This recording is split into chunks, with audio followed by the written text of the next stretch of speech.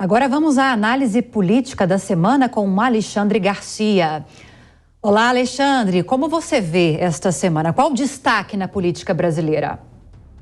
Bom, sem dúvida o destaque dessa semana é o destaque de hoje. É a nota das 3 Forças Armadas, Marinha, Exército e Aeronáutica. É uma nota inédita, porque, como vocês sabem, elas são instituições permanentes, é o que está no artigo 142 da Constituição. E elas se dirigem, nessa nota, às outras instituições e ao povo brasileiro. Elas são vinculadas ao Ministério da Defesa, mas não está presente na nota o Ministério da Defesa. Elas são subordinadas ao Comandante Supremo, que é o Presidente da República, mas não está na nota o nome do Presidente da República. Ela é assinada pelos 3 comandantes, que são oficiais generais de 4 estrelas, certamente com a aprovação do alto comando de cada uma dessas forças.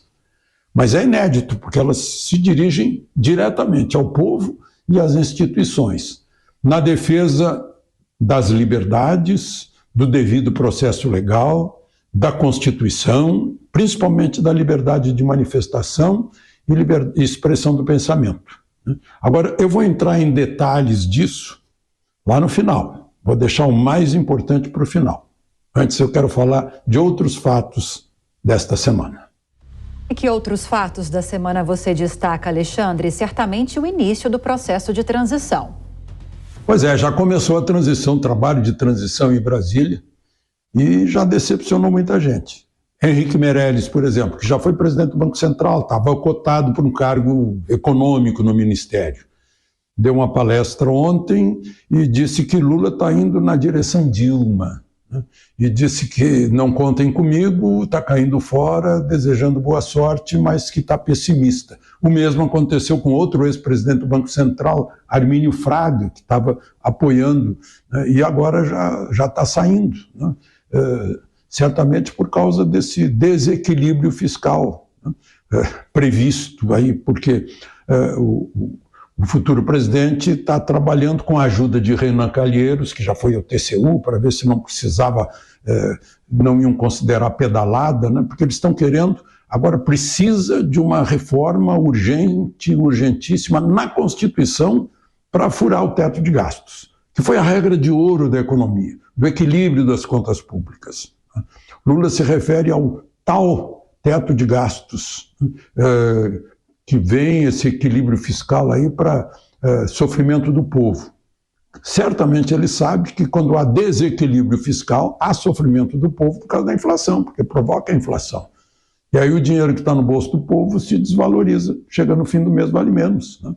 Mas, enfim, está esse desespero aí correndo atrás de uma, estão chamando de pedalada, mas uma emenda à Constituição, não sabem se vão ter, tem que ter 60% da Câmara, 60% do Senado.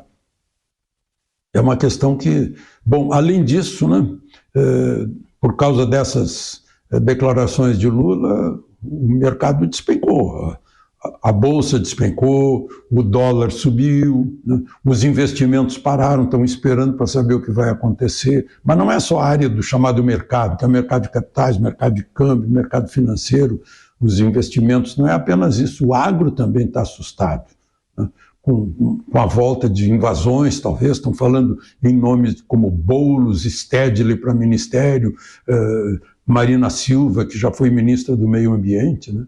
Então, essa transição está revelando aí que parece que vai ser a reprise de um filme. E o motivo da nota dos comandantes da Marinha, Exército e Aeronáutica, Alexandre? Não foi esse o motivo.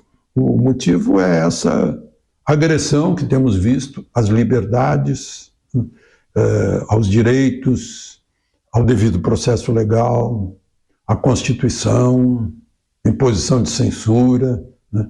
E as manifestações na frente dos quartéis. A nota dos 3 comandantes militares começa se referindo exatamente a essas manifestações. Eu anotei aqui, fiz um resuminho da nota para a gente, digamos, fazer a interpretação dela, né? Em primeiro lugar, eles reafirmam o compromisso irrestrito e inabalável com o povo brasileiro, a democracia, com base na tradição de estarem sempre presentes e moderadoras nos momentos mais importantes da vida nacional. Aquela questão de poder moderador. Está mencionado aí, no primeiro parágrafo dessa nota, dessa importantíssima nota. Depois, a Constituição estabelece deveres e direitos que têm que ser observados pelos brasileiros e pelas instituições, especialmente sobre a livre manifestação do pensamento, a liberdade de reunião pacífica e a livre locomoção. Eu estou fazendo um resumo da nota. Aí lembram que no ano passado foi aprovada e sancionada e publicada a Lei 14.197, que afirma que não é crime a manifestação crítica aos poderes constitucionais. Vale dizer, não é crime criticar o Supremo, não? Ou criticar o presidente da República, ou criticar o Poder Legislativo. Os poderes, ou criticar mesmo o Exército, Marinha, Aeronáutica. Não? Criticar por meio de passeatas, reuniões, greves, aglomerações ou qualquer forma de manifestação. Está na lei citada pelos militares. Aí eles dizem, assim são condenáveis restrições de direitos por parte de agentes públicos ou excesso que põe em risco a segurança pública ou alimenta a desarmonia. Ou seja, de um lado, está condenando a autoridade pública, imagina-se quem, né? E por outro lado, avisando que as manifestações também não podem cometer excessos que prejudiquem os outros. A solução de controvérsias é no devido processo legal, que está abandonado, né? E cabe às autoridades instituídas pelo povo, eles estão chamando a atenção de que o povo é a origem do poder. No exercício do poder que emana do povo, a imediata atenção às demandas legais e legítimas. Está exortando as autoridades, olha, atendam às demandas do povo, que sejam legais e legítimas. Legal é o que está na lei, legítimo é o que é legitimado pela moral, pela ética, pelos costumes. Reiteramos a importância na independência dos poderes, em particular a Casa do Povo, em nome da qual, né, atua o Legislativo para corrigir possíveis arbitrariedades ou descaminhos autocráticos que possam colocar em risco a liberdade.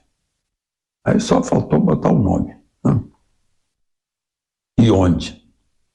As Forças Armadas, aí termina, permanecem vigilantes, focadas no seu papel constitucional de garantia da soberania, da ordem, do progresso e sempre em defesa do nosso povo.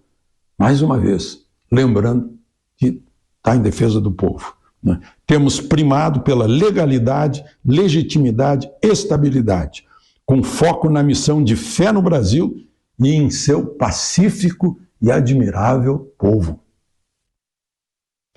Pois é, moderadores, agora meu comentário, depois do resumo, os moderadores históricos, ao lado do povo, estão em defesa das liberdades e direitos e lembram que o legislativo precisa corrigir os desvios autocráticos. Para a Jovem Pan, Alexandre Garcia.